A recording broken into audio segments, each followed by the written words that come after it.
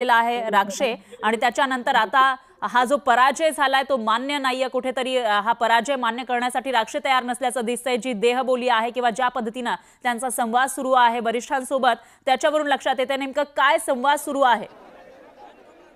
याच्यामध्ये राक्षे जे आहेत ते आक्रमक आहे। त्यांचं म्हणणं असं आहे की ही कुस्ती जी आहे ही मला मान्य नाहीये। एकाला लात मारल्याचंही दिसतंय साहेबराव, एका तिथं काही सुरक्षा रक्षक आहेत त्यांच्यापैकी एकाला लात मारल्याचंही दिसतंय। हो, कारण मॅटवरती जे आहे ते कुस्ती झाली त्याच ठिकाणी यांचे भांडण झालेले होते।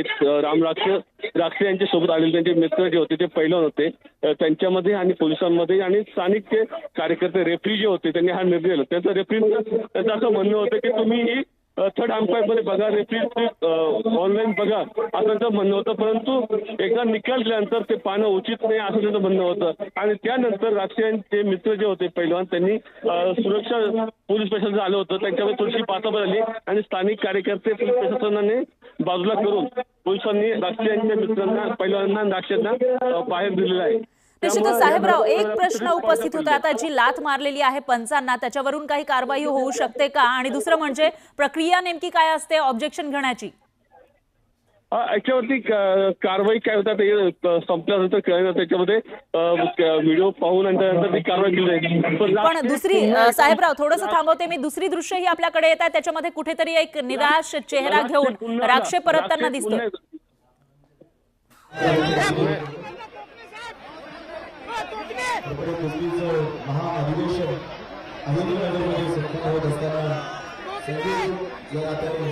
तर शिवराज राक्षे जो डबल महाराष्ट्र केसरी राहिलेला आहे, नांदेडचा शिवराज राक्षे, आणि यावेळेला मात्र पराभव पत्करावा लागला आहे। त्यानंतरची ही प्रतिक्रिया समोर येते, मात्र शिवराज राक्षे प्रचंड आक्रमक झाल्याचंही दिसतंय।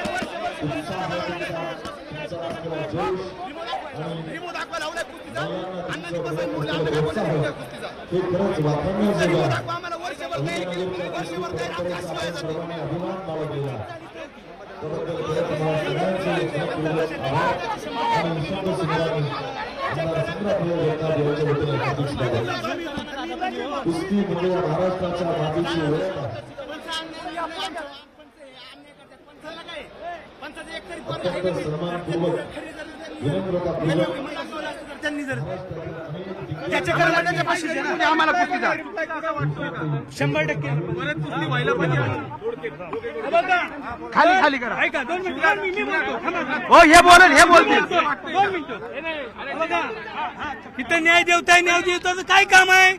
जर छाती टिकली असेल तर त्याला विजय द्या, ह्याची छाती टिकली असेल तर त्याला पाठ टिकली नाही, पाठ टिकली असेल तर विजय द्या म्हणतोय। आम्ही बाहेर निघून जातो, बघा ह्याच्यावर अन्याय करू नका, त्याची पाठ टिकली असेल तर ह्याला आम्हाला आमच्या कुस्तीला आम्ही निघून जातो, अन्याय करू नका।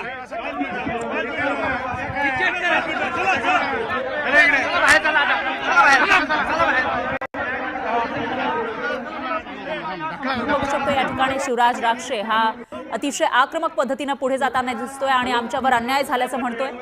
पुन्हा एकदा आपले प्रतिनिधी साहेबराव कोकणे यांच्याकडे आपण जाणार आहोत, मात्र त्यावेळची दृश्य ज्या वेळेला स्टेजवर गेला होता शिवराज राक्षे आणि त्या ठिकाणी एका पंचाचं कॉलर त्याने ओढला, लाथ मारल्याचं सुद्धा दिसतंय। पंच तिथे आलेले होते बोलण्यासाठी, पण न ऐकता लाथ मारली आणि कॉलर ओढल्याचं आपण बघू शकतोय। दरम्यान तिथं मंत्री मुरलीधर मोहोळ असतील, उपमुख्यमंत्री अजित पवार सुद्धा त्या स्टेजवर उपस्थित होते आणि त्यांच्याशी बोलण्यासाठी शिवराज राक्षे हा गेलेला होता, पण समाधान झालेलं दिसत नाहीये, आपल्यावर अन्याय झालाय असं म्हणत ताबाताबात शिवराज राक्षेनं एका पंचाची कॉलर ओढून त्याला लात मारली आणि त्यानंतर हा पंच मागे ढकलला गेल्याचं या ठिकाणी आपल्याला स्पष्टपणे दिसतंय। दरम्यान दुसरीकडची दृश्य आपल्याकडे येत आहेत, ज्याच्यामध्ये शिवराज राक्षे हा त्याच रागामध्ये पुढे निघून गेलेला आहे, त्याची प्रतिक्रियाही आलेली आहे, पण आपल्यावर अन्याय झाल्याची प्रतिक्रिया शिवराज राक्षेकडून या ठिकाणी दिली जाते। त्यामुळे सध्या तरी जे चित्र आहे त्यावरून शिवराज राक्षे जो डबल महाराष्ट्र केसरी राहिलेला आहे, नांदेडचा शिवराज राक्षे हा मात्र या स्पर्धेतून कुठेतरी बाहेर गेल्याचं दिसतंय। पोलीस त्याची समजूत काढतानाही दिसतात।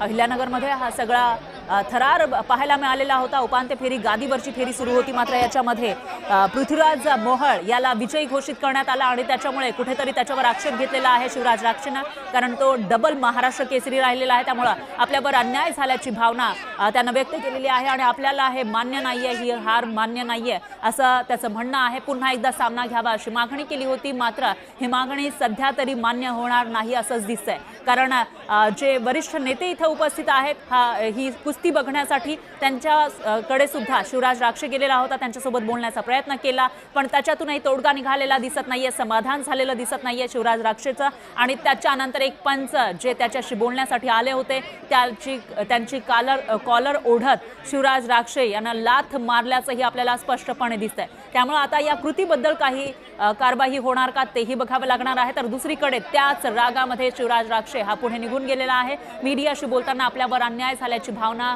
त्यानं व्यक्त केली.